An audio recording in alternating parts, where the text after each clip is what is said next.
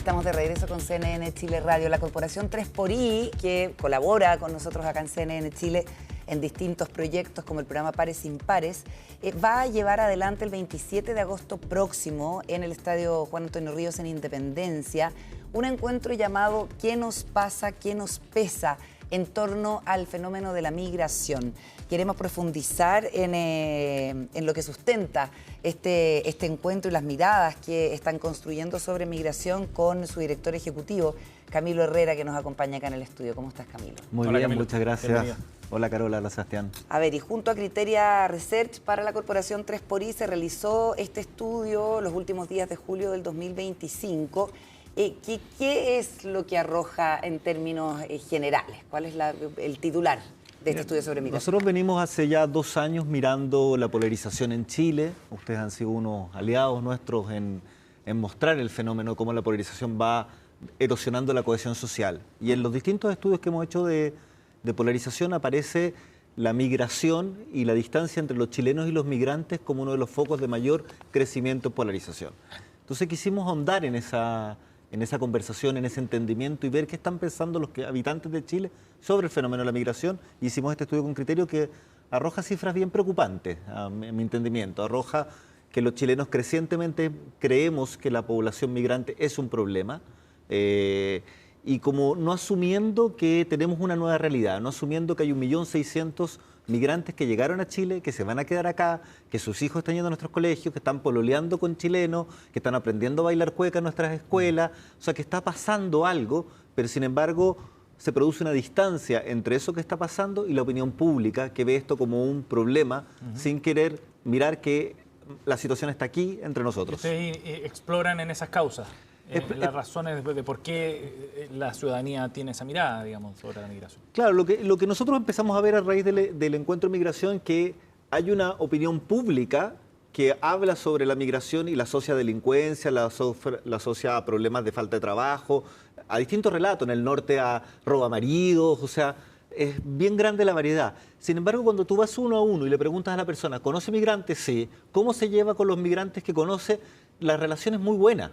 Entonces hay una diferencia entre la experiencia subjetiva del día a día de un trato con migrante, donde en general tenemos una buena convivencia, con cosas por solucionar sin duda, con este relato público donde la delincuencia pasó a ser como el espantapájaro con el cual yo puedo ponerle todos los males, la falta de empleo, las colas en los consultorios, las listas de espera, la seguridad, y los empiezo a estigmatizar, produciendo una distancia que deshumaniza al migrante. ¿Pero los mismos extranjeros reconocen que puede haber algún problema asociado a delincuencia a la migración? Por supuesto, o sea, tanto los extranjeros como los chilenos estamos preocupados de las mismas cosas, estamos preocupados de la delincuencia, y sin duda que nuestra delincuencia ha cambiado producto de que llegaron bandas internacionales. Pero eso no tiene necesariamente que ver con el fenómeno de la migración. La mayoría de la gente que llegó migrando no tiene que ver con ese fenómeno. Sí. Es como, o sea, Chile lo ha vivido. Chile en otras partes del mundo, en Europa, en Estados Unidos, las bandas de carteristas son asociadas a los chilenos. ¿Eso hace que todos los chilenos que vayan a Estados Unidos son carteristas? Obviamente que no. O yo te podría preguntar al revés, te podría decir, la mayoría de estos delincuentes son hombres. ¿Eso nos hace a los hombres delincuentes? No. Entonces, esa generalización, que es producto de una polarización, es la que nos empieza a preocupar. Ustedes hablan de que hay grietas, pero oportunidades también para un relato de convivencia, ¿cierto? ¿Qué significa un relato de convivencia? Y en ese sentido, ¿cuál es el objetivo del encuentro del 27? Cuando tú le preguntas a los chilenos o a la gente que vive en Chile si está disponible a que su jefe sea un migrante, te dicen que sí. Si está disponible a que sus hijos se vinculen con los migrantes, te dicen que sí. O sea, no hay una xenofobia dicha así a nivel uno a uno, pero en el relato público aparece. O sea, es cosa que veamos las polémicas que hubo con un tostador de pan o con un comercial de una multitienda. Entonces, lo que nosotros queremos explorar es decir, miren, no solamente desde los chilenos tiene que haber un cambio de actitud, sino también de los migrantes, porque tenemos que aprender a convivir juntos. Esta es una realidad, 1.600.000, el 8% de la gente que vive en Chile ya son migrantes. De ese 1.600.000, 1.300.000 están pidiendo residencia. O sea, su intención es quedarse en Chile. Entonces tenemos una nueva realidad que tenemos que aprender a cómo convivir, cómo bajarle el volumen al parlante, cómo la parrilla tenerla un poco más adentro, cómo ser más tolerante, cómo aprender a convivir en un país porque es una nueva realidad. Lo que nos tiende a pasar es que es más fácil tocar una tecla visceral donde yo el otro lo convierto en un espantapájaro, lo llamo los migrantes, les pongo todas las etiquetas a los problemas: delincuencia, prostitución, falta de empleo, cola en los consultorios, crimen organizado. Lo deshumanizo y por lo tanto tengo a alguien con quien tirarle tomate y ponerlo ahí como el gran causa del problema. Y eso lo que nos va a producir son problemas de yetos en las ciudades, son problemas... O sea, hay comunas en Chile que ya el 50%, cerca del 50% de su población son migrantes. Migrante, impresionante. Entonces, ¿cómo aprendemos a convivir con esa nueva realidad en vez de empezar a reaccionar? Lo que queremos hacer con este encuentro es que aparezca una conversación más profunda, más sincera, más de adultos en la sala que estén disponibles a decir, ok, esta es la realidad, ¿qué hacemos con ella? ¿Cómo la manejamos? Y no una reacción que tiende a ser más bien emocional y que deshumaniza al otro. Ahora, eso en un año como este de elecciones cobra otra relevancia, por supuesto, imagino, ¿no? O sea, es mucho más importante en un contexto donde tenemos que elegir a quién nos van a representar en el Congreso, quién va a ser el presidente, porque esos discursos tienden a exacerbarse. Así es, y por eso mismo este llamado es que aparezcan una conversación más profunda. O sea, cuando decimos hay que cerrar la frontera, y son 700 kilómetros de frontera. O sea, agarra tu auto, maneja desde aquí hasta Temuco, y todo ese rato es de frontera. Entonces, ok, tengamos una conversación seria sobre qué implica poner mayores restricciones. El estudio muestra que la gente quiere mayores restricciones al ingreso. Pero tenemos 1.300.000 legales. Tenemos 350.000 personas irregulares. ¿Qué vamos a hacer con esas 350.000 personas irregulares? Van a estar acá. Entonces, cuando no les damos un carnet, no pueden tener una cuenta corriente, no pueden trabajar, no pueden... Entonces, ¿a qué los condenamos? ¿A un trabajo informal? ¿A un trabajo...? Entonces, el llamado es también en esta campaña presidencial a que tengamos una conversación donde la mirada sea más sistémica, más integral y no solamente de reacción y de visceral. Ese es el llamado. ¿Han tenido conversaciones con los candidatos presidenciales como 3xI? Sobre este tema no todavía. Ya. Estamos recién haciendo los estudios. Lo que nosotros vamos a hacer es que vamos a hacer este encuentro, un encuentro que busca que aparezca mosaicamente la mirada sobre la migración para a partir de esa información sistematizarla y hacerles una entrega a los candidatos presidenciales. Hay un alto nivel de disposición a interactuar, según este estudio que han hecho ustedes.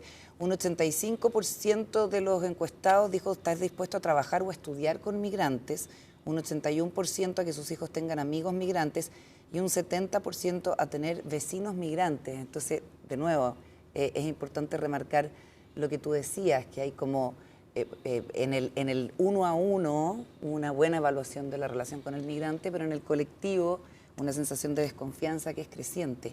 ¿Qué espacio hay ahí para la política pública y para la responsabilidad de los líderes? Yo creo que los gobiernos locales tienen una capacidad de convocar encuentros, de hacer que se produzcan diálogos, porque aquí hay una transformación. Cuando uno va al Caribe y va a una playa en el Caribe, le sorprende, por ejemplo, el consumo de cerveza en la playa o el parlante en la playa, cosa que no estamos acostumbrados. Entonces, lo que tiende a pasar cuando se topan dos grupos humanos que no se conocen es que se atropellan mutuamente porque no se miran, porque no son capaces de darse cuenta quién es el otro, qué es lo que le importa al otro, cuáles son las costumbres del otro. Entonces, la medida Pero eso hay que decirlo, Camilo, no nos ha pasado, por ejemplo, con la migración peruana o boliviana. Porque los volúmenes eran distintos. Exacto. Cuando tú tenías la migración peruana o la boliviana o antiguamente las alemanas, las distintas que llegaron al sur, el volumen de migrantes era distinto.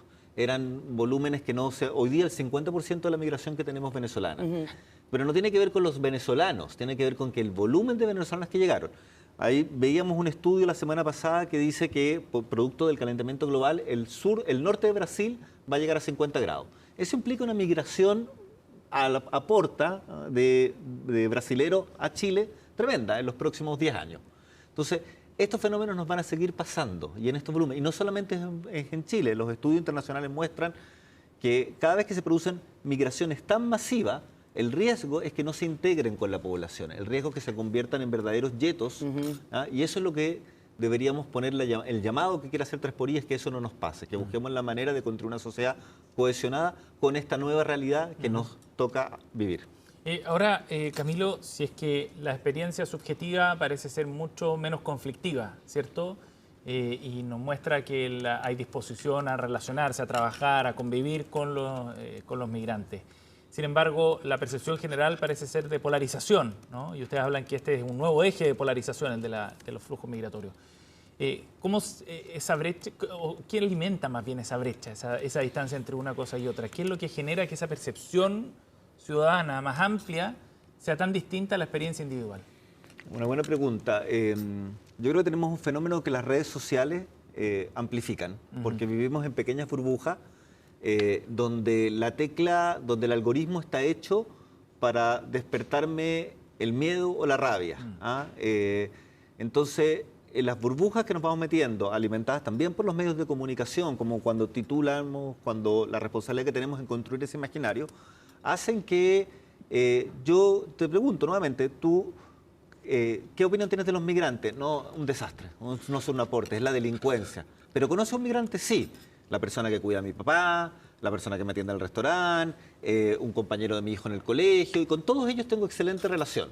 Entonces, el llamado que queremos hacer como 3xI es que miremos ese fenómeno. Miremos que efectivamente que tenemos y somos capaces de construir relaciones buenas, que los migrantes vienen a aportar al país, que los sistemas de salud están llenos de migrantes, que los cuidadores de nuestros adultos mayores son mayoritariamente migrantes, que los servicios en Chile se llenan de migrantes, que los problemas de delincuencia están ahí y estaban antes, y que hay países que no tienen a los migrantes, pero sí tienen el tren de Aragua adentro. O sea, son fenómenos separados. Entonces, el llamado es cómo tenemos una conversación con mayor altura de miras, con mayor profundidad sobre el fenómeno, porque las consecuencias de no abordar esto es una sociedad más fragmentada. Aquí lo que estamos teniendo es como izquierdas y derechas unidas contra los migrantes. Y eso produce una fractura social que nos puede hacer daño en el futuro y que lo hemos visto en otros países.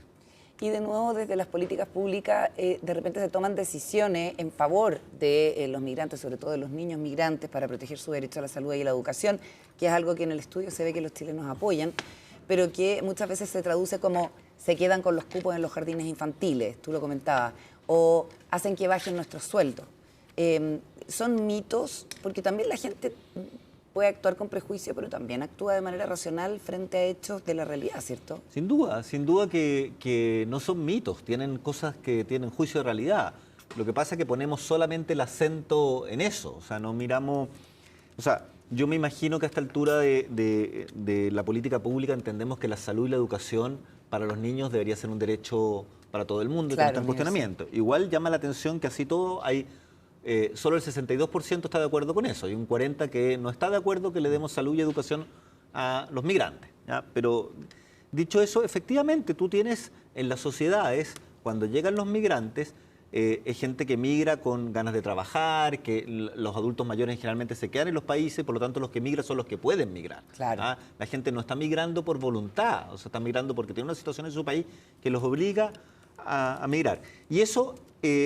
presiona a la estructura de nuestra política pública. Entonces el llamado es que, ¿cómo adaptamos nuestras instituciones y nuestros servicios para que puedan dar reacción a esa nueva realidad? Porque también los migrantes, yo digo, cuando estamos discutiendo sistemas de pensiones, cuando estamos discutiendo el pago de impuestos, cuando estamos discutiendo las bajas tasas de natalidad, son todas cosas donde los migrantes vienen a aportar.